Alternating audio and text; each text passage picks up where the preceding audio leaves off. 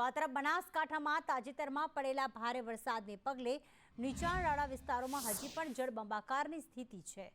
ઘણા ખરા ગામોમાં પાણી ફરી વળતા ગ્રામજનોએ ઘરવખરી અને પશુધન ગુમાવ્યું છે, જેમાં થરાદ તાલુકાના ભોરલ ગામમાં હજી પણ કેળસમાં પાણી ભરાયેલા છે। ચારણવાસના 100 જેટલા ઘરમાં પાણી ફરી વળતા ઘરવખરીને નુકસાન થવા પામ્યું છે। ત્યારે આજે 5 દિવસ થવા છતાં કોઈ અધિકારી કે પદાધિકારીએ મદદ માટે ગામની મુલાકાત લીધી ન હોવાના આક્ષેપ ગ્રામજનો કરી રહ્યા છે।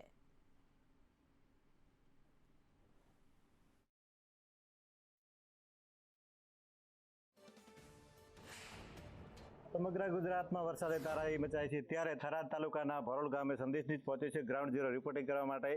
જે અત્યારે સમગ્ર ગામની અંદર જે 3 વાસ પડે છે, ચારણવાસ છે, મારવાડી વાસ છે, બ્રાહ્મણવાસ છે, તેની અંદર જે આપણે ત્યાં ગ્રાઉન્ડ ઝીરો રિપોર્ટિંગ કરીએ છીએ ત્યાં 4-4 ફૂટ પાણી જોવા મળે છે। મારી પાછળ સ્કૂલ છે, તમે જોઈ શકો છો તે 4 ફૂટ પાણીની અંદર છે। સમગ્ર શિક્ષણ કાર્ય બંધ છે અને અત્યારે જે અહીંના ગામના આગેવાન છે, સરપંચ હતા, પૂર્વ સરપંચ, તેમને આપણે પૂછીએ કે ચારણવાસ ને મારવાડી વાસની અંદર 100 ઘર અત્યારે પાણીમાં ગરકાવ છે।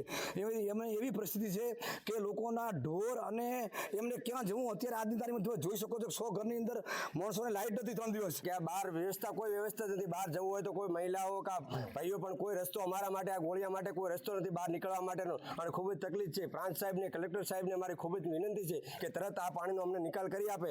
નુકસાન છે, જીવન જરૂરી ચીજ વસ્તુઓ માટે માત્ર ને માત્ર અહીં સહારો બને છે ટ્રેક્ટરને પાણીમાંથી પસાર થવું પડે છે 5-5 ફૂટ કે પાણીમાંથી વરસાદી પાણીને, ત્યારે રોગચાળો થવાની પણ ભીતિ છે, તેને લઈ ભારે નુકસાન ભોગવવું પડે છે। સંદેશ ન્યૂઝ દેવરા મિસ્ત્રી, થરાદ ગ્રાઉન્ડ ઝીરો રિપોર્ટિંગ કરવા માટે થરાદ તાલુકાના ભરોલ ગામે વરસાદે જે 3 દિવસની તારાજી સજી તેની અંદર અત્યારે 5મા દિવસે વરસાદ બંધ થયો છે, તેને લઈ અત્યારે ભરોલ ગામની અંદર 4 ફૂટ, સમગ્ર ગામની અંદર 4 ફૂટ પાણી છે। જીવના જોખમે અત્યારે અહીં માત્ર એક જ ટ્રેક્ટર માધ્યમ બન્યું છે, તેને જીવન જરૂરિયાત ચીજ વસ્તુ માટે, તેમજ ગામમાંથી કોઈ ઇમરજન્સી વાહન પણ આવી શકતું નથી।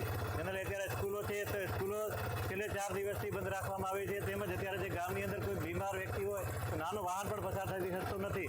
અને અત્યારે જે લાઇટના કારણે, અત્યારે 2 દિવસથી લાઇટ આવ્યાના કારણે અત્યારે જે અનાજની જે છે તે ફ્લોર મિલ પણ ચાલુ થઈ છે। અત્યારે જે આપણે જે જીવના જોખમે રિપોર્ટિંગ થઈ રહ્યું છે, સંદેશ ન્યૂઝ દેવરા મિસ્ત્રી, થરાદ।